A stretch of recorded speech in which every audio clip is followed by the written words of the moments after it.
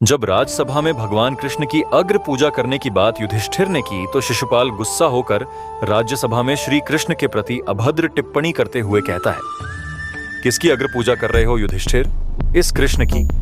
अग्र पूजा उसी की होती है जो हर क्षेत्र में सर्वश्रेष्ठ हो, हर क्षेत्र में अग्रणी हो।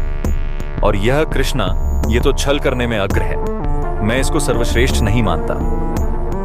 तब उपस्थित युधिष्ठिर शिशुपाल को कहते हैं, शिशुपाल, अग्र पूजा किसकी की जाए? वह यज्ञ के आवाहन कर्ता का अधिकार है, आप अपनी मर्यादा से बाहर जा रहे हैं। तब शिशुपाल कहते हैं, निसंदेह मर्यादा की बात मत करना युधिष्ठिर, क्योंकि मुझ में मर्यादा होने का दम है, तुझ में नहीं हो सकता युधिष्ठिर। और दम हो तो किस बात का? 5 पिता के पुत्र को कूल का दम हो ही नहीं सकता। तब भीम क्रोधित हो जाते हैं और शिशुपाल को सावधान करते हैं। तब शिशुपाल भीम से कहते हैं, चिल्लाओ मत भीम, इस बार चिल्लाने से कुछ नहीं होगा। सत्य ही कह रहा हूं, राजसु यज्ञ कर लिया परंतु सम्राट होने का गर्व कहां? राणावत के भगोड़ों के पास कहीं दान में मिले राज्य को पाकर शूर होने का भ्रम तो नहीं तुझमें? जरासंध को छल से मारने के पश्चात स्वयं को न्यायशील कहने का साहस भी नहीं, केवल शरीर ही बड़ा पाया है, या साहस भी है भगोड़े कहीं के? अगर सम्राट बनने का साहस है तो उठाओ शस्त्र। यह बात सुनकर युधिष्ठिर शिशुपाल को कहते हैं, आप अतिथि है छेदी नरेश, अतिथि स्वीकार्य विघ्न क्यों डाल रहे हैं? तब युधिष्ठिर को शिशुपाल कहते हैं, शांत युधिष्ठिर, मुझे रोक रहे। अपने माता को रोका होता जब उसने एक स्त्री को 5 पुरुषों में बांटने का आदेश दिया। तब शिशुपाल को श्री कृष्ण कहते हैं, स्त्रियों का सम्मान करना सीखो शिशुपाल, यह मत भूलो कि तुम भी एक नारी की कोख से जन्मे हो। तब शिशुपाल हंसते हुए कहते हैं, यह देखो श्री कृष्ण वासुदेव बोले, कर का सबसे बड़ा पाखंडी, छली, कामिनी मुझे सिखाएगा कि किसका अपमान किया जाए, किसका सम्मान। अग्र पूजा की कामना रखने वाले, तू जानता है तेरा नाम कृष्णा क्यों पड़ा? क्योंकि तू है ही मन का काला। तेरे माता पिता ने तुझे जन्म देते ही इसलिए त्याग कर यमुना से गोकुल पहुंचाया क्योंकि वह तेरे पांव देखते ही बाफ गए थे कि तू कुल नाशक सिद्ध होगा। वही किया तूने, वही किया, अपने मामा का वध। तब श्री कृष्ण कहते हैं, जीभा और अश्व की गति एक समान होती है शिशुपाल, यदि उसके रास को कसकर ना रखा जाए तो अश्व अपने सवारी को गिरा देता है और जीभा बोलने वाले को। तब शिशुपाल हंसते हुए कहते हैं, श्री कृष्ण वासुदेव की बड़ी बड़ी बातें सुनो। अरे जो सत्य है उसे कहने में जीव को लाज कैसी बचपन में धुर्त रहा है। तू सब जानते हैं मक्खन स्वयं चुराता और आरोप अपने मित्रों पर लगा देता। धूर्त मुझे कहता है कि जीभा पर रस रखो। तूने जो वृंदावन में रास रचाई वह सारा संसार जानता है।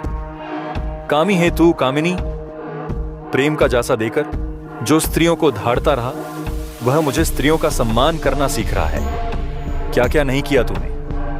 स्नान करती स्त्रियों के वस्त्र तूने चुराई। अरे गोकुल की विवाहित महिलाओं को मोहित करके उनका चरित्र पतन तूने किया। यह सुनकर भगवान श्री कृष्णा गुस्सा हो जाते हैं और कहते हैं, मैं सावधान करता हूं तुम्हें, मेरे धैर्य की परीक्षा न लो शिशुपाल, अपनी सीमा में रहो।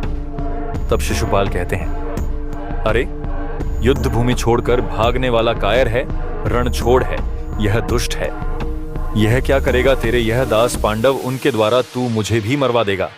कुल नाशक है तू और तुझे अग्र पूजा का सम्मान चाहिए। थू।